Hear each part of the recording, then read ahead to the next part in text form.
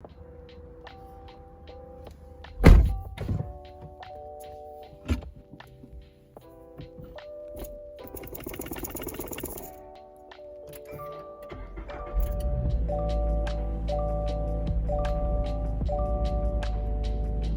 up, guys? Welcome back to another video. Today we're going to be doing a digital instrument cluster, kind of showing you guys some of the features of the car and what the 7-inch screen has to offer and stuff like that. It's been raining like the past 3 days, so the car kind of looks like kind of shitty. So yeah, we're just going to do an interior vid today. So here's what the screen's going to look like right after you start it up. You're gonna have your outside temperature, your car's temperature, the time, kind of the tachometer in the middle in a circular motion, and then your startup screen on the left is just depending on where you last leave it. So you can see the odometer on the bottom. I got about 253 miles on the car. Hill assist is still on. Brake is up. Seat belt's off. That's just kind of how the main screen looks. But on the steering wheel, you have this circular pattern to the right, and you can use this to navigate through the screens. So if I go down, it's going to show MPGs, which I'm getting pretty shit MPGs right now. Average speed, total miles, kind of your tire pressure on each one of the tires. They're all 34 right now. And then it'll go back to the voltmeter and the oil temperature. And then if I go to the right, it's gonna head to the next screen. So then it's gonna go to the G meter. I go down, it's gonna go to the brake meter or accelerator. Yeah, I think that's what that is. And then there's the torque curve and like power curve. So that'll obviously go through once you press on the accelerator. Give it a little bit of gas. So it'll go through that screen. Oh, if you go down one more, there's a lap or a stopwatch timer.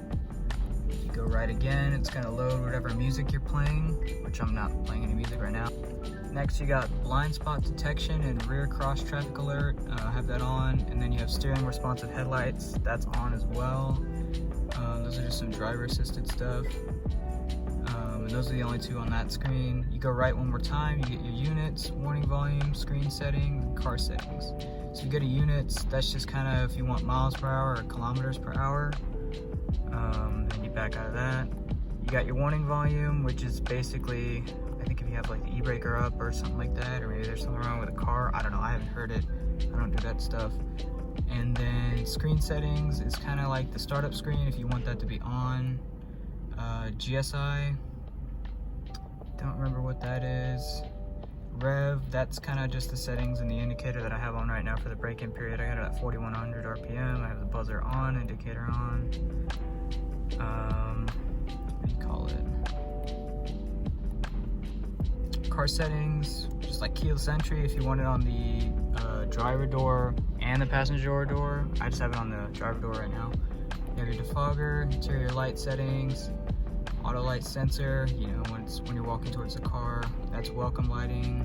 And then one touch lane change, which is pretty useful because you can just literally hit it once and then it goes on after 3. So I definitely have that on because they call it turn signals. It doesn't have a detent, so it doesn't stay in place. It just goes back to the middle, which is kind of weird.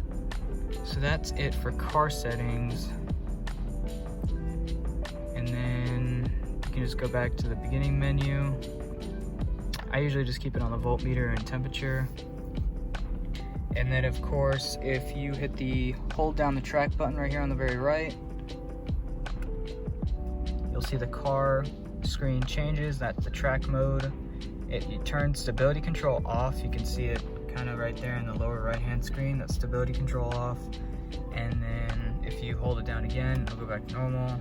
So here's what it looks like when it transitions, and then it's back on. And then the second button is the traction control off.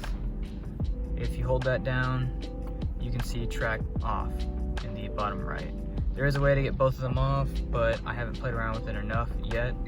I probably will when the car is like fully broken in.